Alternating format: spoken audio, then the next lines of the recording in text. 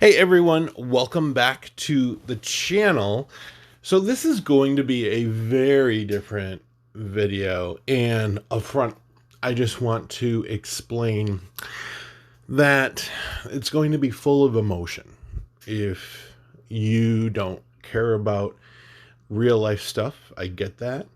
I know it can be difficult, especially with everything going through COVID, but I thought my story was very important to tell because it is a current theme in Star Trek Discovery. I'm talking about post-traumatic stress disorder. And I've had one hell of a journey with that myself. Still continue to go through that journey. And I wanted to share that and the impact that Star Trek has had on me, and maybe more insight about my quote-unquote sensitivity, my love for all Trek. Because for me, Trek really did set the precedent for the greatest of what people can become. And you'll learn why that was really important for me as a very young child in my lifetime. So, going all the way back to my childhood, I thought I was a very normal kid. I knew I was really quiet. I had really bright, platinum blonde hair. It was really crazy considering I have really dark brown hair now. I don't know why that comes out. And I think it has to do with the transformation that my life took. So, going through my very young adult life, between the ages of 5 and 10, I had one recurring nightmare. And I would have that nightmare every single night for 5 years straight. And it would be midnight. I'd be walking down a dirt road in a graveyard. I remember graves being on my left-hand side, seeing a full moon in the sky, and a really big tree by the graveyard. And I remember that I would just get this overwhelming feeling of these shadows coming to get me. And it was just this overriding fear. And I could always hide in the shadow of a single grave or in the tree. And then that nightmare would end, and I would repeat that cycle every time I went to bed. And then they kind of stopped. What I didn't know at that time, because my mind and my body had become so fragmented from being involved in a very gruesome event that caused my post-traumatic stress disorder, is that my parents were sexually molesting me for 5 years of my life. And that mere fact still bothers me to this day. That I was never born and given an opportunity to have the same kind of life that a lot of people were given. That right was taken away from me. And it was taken away from me by the two very people who should have been protecting me. And so, to this day, my mother and father, my father has passed away. My mother is still alive. I stay in contact with her because when you go through this sort of trauma, you're filled with anger, you're filled with fear, and I wasn't going to let that take me over. So I decided to forgive. I didn't forget, I forgave. And so I still maintain some sort of relationship with my mother. I would say it is definitely not a normal relationship by any means, but I am willing to be in her life, and I'm allowing her to be in my life. So after I was about 10 years old, the one thing I really want to include in this was I used to think that it was perfectly normal to want to commit suicide every day as a young child. from the ages of being 10 to, I would just say, 25. Every day I was fantasizing about different ways to commit suicide. And I was like, well, I don't want to use a knife and I don't want to use a gun because those look like they would hurt before I'd actually die. These are the thoughts that were like going on in my mind. And I was like, well, I could take pills. I could go take my mother's car in the garage. I could do these painless acts. And then I would go to school. And that's kind of how I lived my life. I didn't really talk to anyone at all because the ability to trust human beings was yanked away from me. I still don't trust human beings to this day. And it's one thing that I currently work with my therapist on all the time. And he's always asking me about that. And I'm like, no, human beings are horrible. And so there's still that we're currently working on. But I didn't talk to anyone. My sisters believed I was going to be one of those shooters at schools because that's how creepily I never talked to them because I was afraid of everyone. It was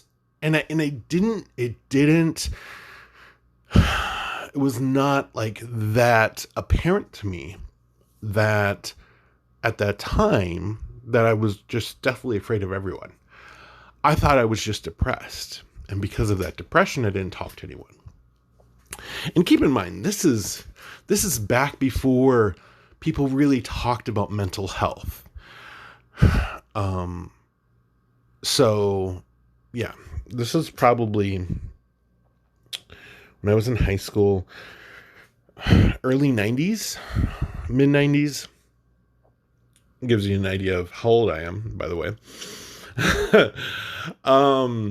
And so there was just a lot of things going in my mind, and I didn't really know what was going on. I knew I wanted to kill myself.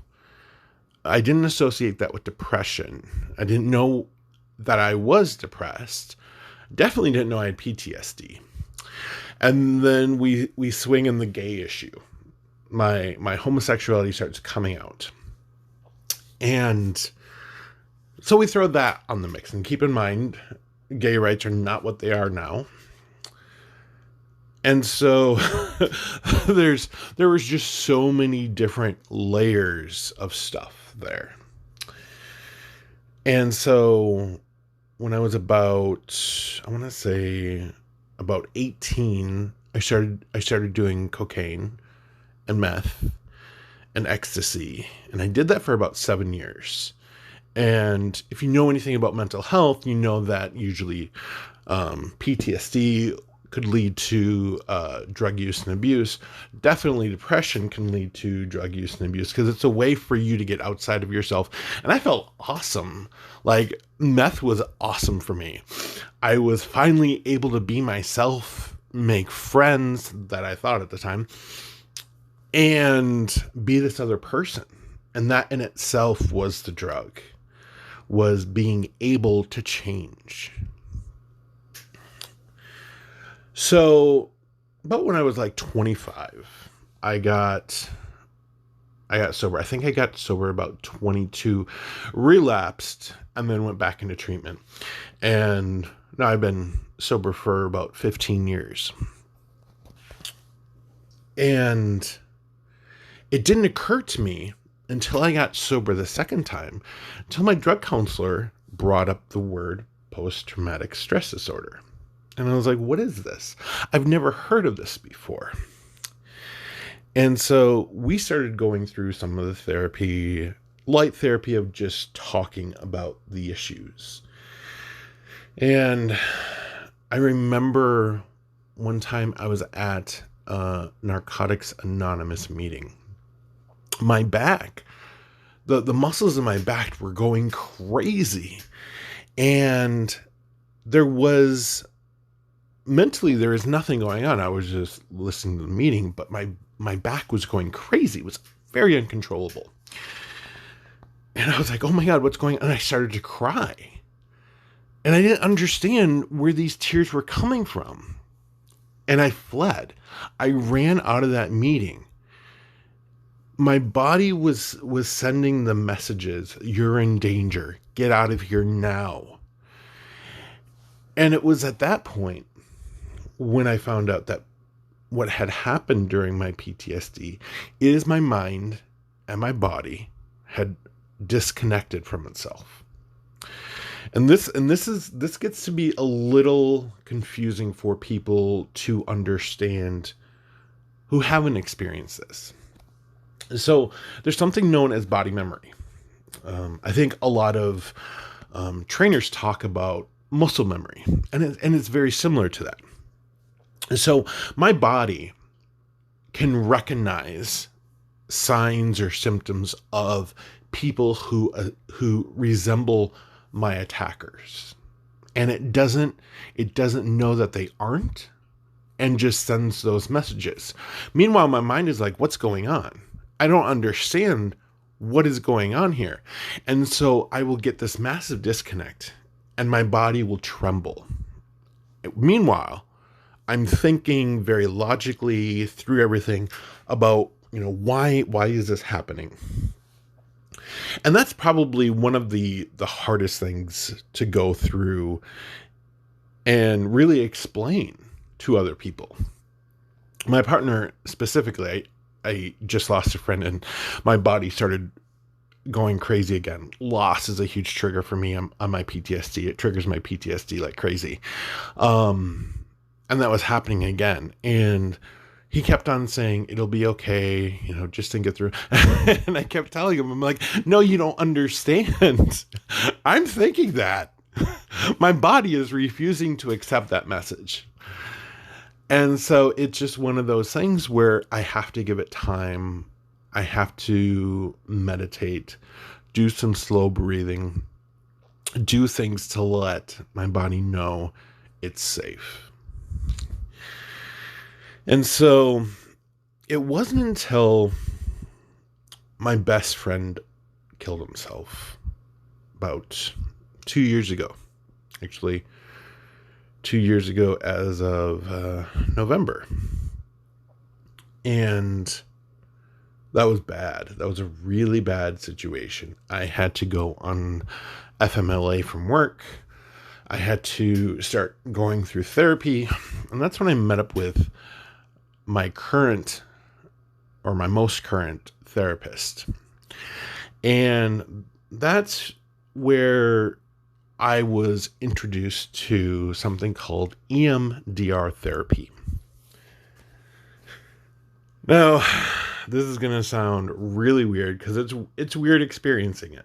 EMDR therapy is a very light hypnosis therapy where you can go back into your mind, to a memory, to a dream, and re-experience it from your current mindset. And I was like, okay, well, that's cool. I've always wanted to enter my dream state. So I was like, okay, we can do this.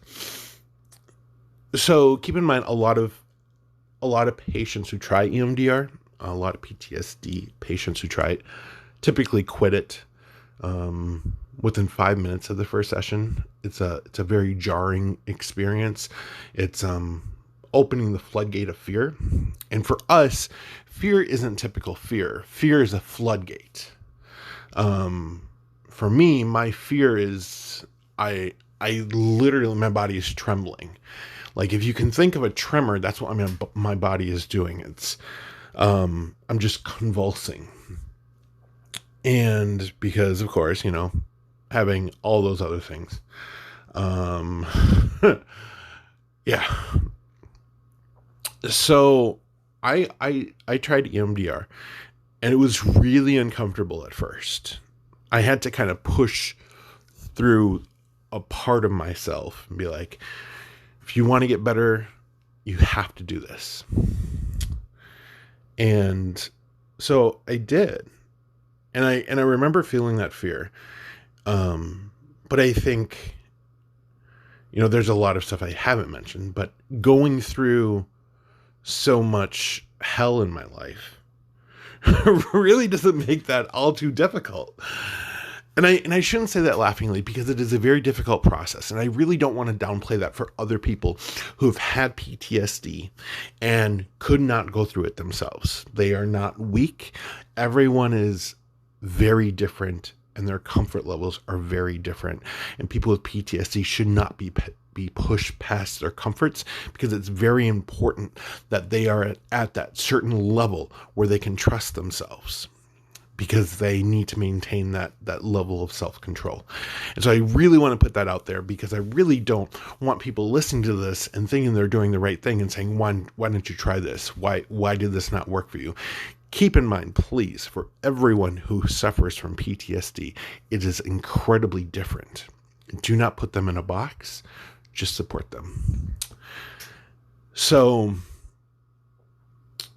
I went through it, and I went back to that nightmare. It was very different. It was very, very different. I started down the dirt road again. I saw the graves and I saw the tree. However, the tree, it started to grow like really tall, and it took the shape of a motherly figure. And what that was, I'm not sure. But it was a protector. It was somebody who, for the first time in my life, I felt like this protecting energy from. Because I definitely didn't feel that from my parents. But it felt good. And then the graves, the shadows, something very different happened. And they all formed a huge cloud in the sky. And it was my father. And keep in mind, this is going over multiple sessions, because you really don't progress in just one. You have to go a lot of times. And it was him telling me he wanted to pass on he wanted to give me because being the only boy, I had to inherit this right. Basically, it's this old antiquated theme of, and my father was very antiquated in his thinking of, you need to pass on the line. Here's what I give you. And what he wanted to give me was nothing positive. It was just this deep-seated darkness. And I felt like he wanted me to be him. And when I was going under EMDR, I said, no, I reject that. I reject hurting a single human being, which goes into my whole argument for the reason why I don't have guns, is because I literally will not hurt another single human being. And in that dream state, that's what he wanted me to do. And so I have several blocked memories, and that's part of what the EMDR was doing, was trying to access them. But my mind would not allow me to access my blocked memories. Those blocked memories, my therapist believes, contain the connection between my mind and my body. And when I went under EMDR, and this was probably about a year ago, my mind, that dream state, my mind was, no, you're not ready. Because every time I tried to go, I was literally going through a door. And every time I tried to, I came back to my starting position. It was, and I kept on seeing this record going round and round and round. It made me think I was just, it was blocking me, and it was a broken record. And I was like, okay, I can accept that, because one of my previous therapists told me something once, and I'll never forget this. Your body will tell you when you're ready. Do not force hypnosis on yourself when you're not ready, with the simple fact of trying to get to what you can't have right now. And I always took that to heart. That always meant a lot to me. So like when I talk about a lot of like the mental stuff, this is some crazy shit going on that I had no idea was absolutely possible. And so we finalized the EMDR therapy, that it just wasn't ready, that I still needed to work on other things, and that at some point in the future we can have that. I can have that blocked memory lifted. I can become one, but I'll never be rid of my PTSD. It'll be a continue evolution. And so, some of the side effects is that anger is these floodgates of emotions. And I think for somebody who hasn't done any therapy for PTSD, when they have that, I think it's a really difficult thing for them to harness, which is why when you see on media and you see on TV all of these huge outbursts of people who have PTSD, you see it all the time with veterans coming back from war, shooting people because they think people are in danger. And I think a lot of that is undiagnosed, untreated PTSD. Keep in mind, some people have lighter forms, some people have heavier forms of it. For me, I knew it wasn't just something that was going to go away and I had to get treatment. And so it's a continual process for me. A couple of things is, when I was 25, I got put on a pill called Effexor. Some of you might know that, and it cured my depression. And so I haven't been depressed for 15 years now. I actually wake up and I don't think about killing myself anymore, which is a very good thing. But, I think this will definitely color your perspective of me, of why I defend people, of why I protect people. PTSD is nothing more than people wanting to protect people. My nature for wanting to protect people also stems from the fact that no one protected me. And that is a very solid cornerstone of my life, that I will always do everything I possibly can to protect the people that I love. Which is ironic playing this game, because we have people threatening all the time. And so I may have had some hiccups, and I may have said some things to certain people that I had to go back and apologize for, just because my emotions can run a little hotter than most. So if you are watching and you're one of those people, I do apologize. Now, how does this relate to Star Trek? I started watching Star Trek back in 1989. I think it was like season 2 of Star Trek Next Generation. And it was the first time I really connected with people who were morally correct in my mind, because I had all these morally bankrupt people around me in my family. And that was the thing I just clung to. I remember Captain Picard and Commander Riker always doing the right thing, even when the right thing was the hardest to do. And that's kind of what shaped my life, is always doing the right thing, even when it's the hardest thing to do. Now, have I failed in that? Yes. Do I try to do that? Definitely. Which is funny, because that's the number one reason, if I'm in an alliance and they're decaying people or going against the ROE at all, or trying to find ways to get around it, to do stupid shit, that's when I'm like, okay, we need to talk about this or I'm out, because it's the right thing to do. And that right thing to do, following the rules, I learned a lot of that from Star Trek, and it still guides a lot of my life. And so, I watched every Trek. I went to conventions all the time. I met a lot of the actors when I was a very young kid. So I'm definitely a very big Star Trek fan. And then that kind of brings us to Detmer and Star Trek Discovery. And at first I was like, does she have PTSD? She's got ringing. It sounds like a concussion. But then I had to remember, her experience doesn't need to be as horrific as mine is. So that was a good learning opportunity for me.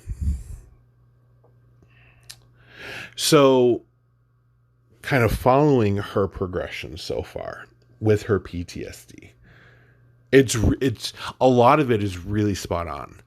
Like that emotional deadness, definitely. I'm only emotional because I've had 20 years of therapy. Like it's taken a long time to get to this point and be okay. And I'm still nowhere near where I want to be. But I know it's better than not having therapy.